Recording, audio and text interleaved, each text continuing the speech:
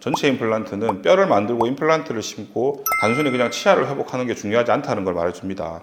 입술 지지, 수직 보경, 얼굴형 이런 것까지 고려한 치료 계획이 꼭 필요합니다. 그러니까 치아 회복뿐만 아니라 얼굴의 회복까지도 염두에 두고 치료가 진행돼야 됩니다. 안녕하세요. 슬러치과 대표원장 공안의과 전문의 홍동관입니다. 오늘 보여드릴 환자분은 약간 키워드로 설명드리자면 무너진 수직 보경, 그 다음에 얼굴 비대칭, 치주염, 경제적 문제 이렇게 생각할 수 있을 것 같습니다. 환자분이 그 경제적인 문제 때문에 치과를 잘 못 오셨고 그러다 보니까 치주염으로 치아가 무너졌어요. 그래서 치아가 무너지면서 그 치아들이 전체적으로 움직였고 움직이다 보니까 이제 입을 빠지게 됐죠. 빠지게 되면서 얼굴 여기 이 부분이 무너졌고 그래서 주걱턱 형태가 되고 앞니는 완전 뻗어져 가지고 약간 좀 보기 싫은 형태까지 된 거죠. 그리고 한쪽만 빠졌고 한쪽은 남아있다 보니까 이게 얼굴이 이렇게 틀어지는 비대칭까지 오신 분입니다. 치료를 한 번에 진행하지 못하고 몇 년에 걸쳐서 치료하셨던 분입니다. 그리고 치료 과정이 무너진 수직교경을 회복하고 그 다음에 입술 지지를 회복해서 얼굴 비대칭까지 개선시키는 과정을 해야 되기 때문에 이런 것들은 그냥 뚝딱뚝딱 임플란트 심는다고 되는 게 아니거든요. 그래서 되게 장기적으로 조금씩 회복시켜 가서 마무리한 환자분에 대한 케이스입니다. 이 환자분은 일단 특별한 전신질환은 크게 없었어요. 대신에 바쁘십니다. 바쁘시고 치아가 없이 지내기가 힘드셔가지고 어떻게든 치아는 유지하셔야 되는 상태였습니다. 전체적으로 앞니가 다 흔들거립니다. 위앞니 다 흔들거리고 밑에도 흔들거리고 어금니 쪽은 이쪽이 있으면 여기는 위가 없고 여기는 위가 있으면 밑에가 없고 이런 식이 돼가지고 이런 식으로 얼굴이 틀어져 버렸습니다.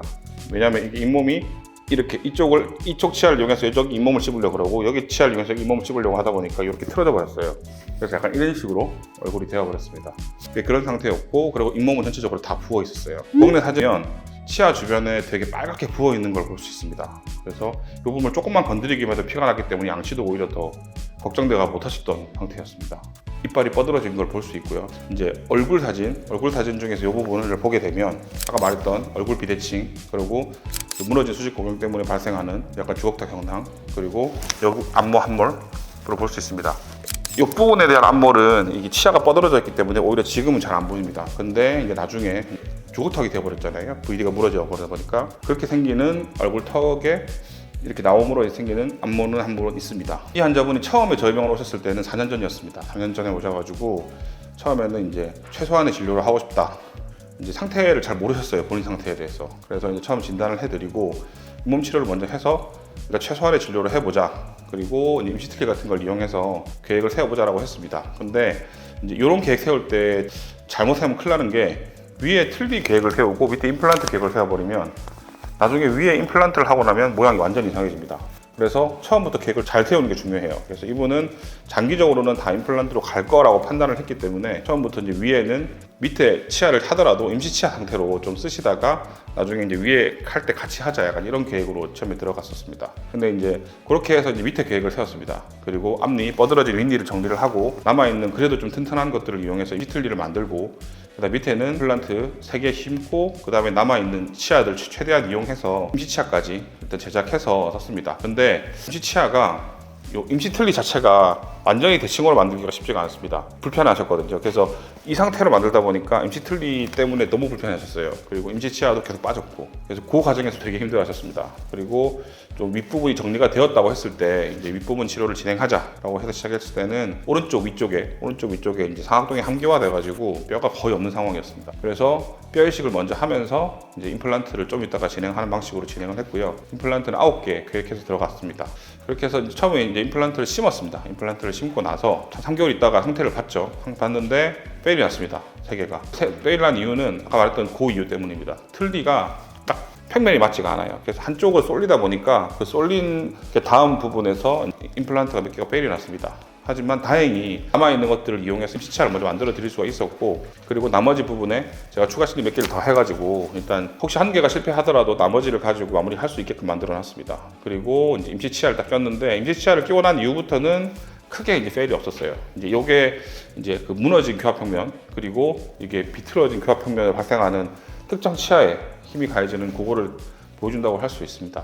그래서 임시 치아를 하고 나서부터는 좀 이제 긴 과정이 시작됩니다. 이렇게 좀 자주 오셔야 돼요. 왜냐하면 한 번에 딱 맞춘다고 해서 사람이 바로 적응을 하는 게 아닙니다. 그래서 처음에 좀 과하게 교정을 하기도 했다가 그 다음에 그 자리에서 조금씩 환자의 요청에 맞게 맞춰가지고 높여가지고 했지만 환자분들은 불편하십니다. 그래서 막 한 달 혹은 길면 2달간의 적응 기간도 필요하고 그런 식으로 이제 계속 수정을 해서 마지막에 이제 최종적으로 마무리를 했습니다.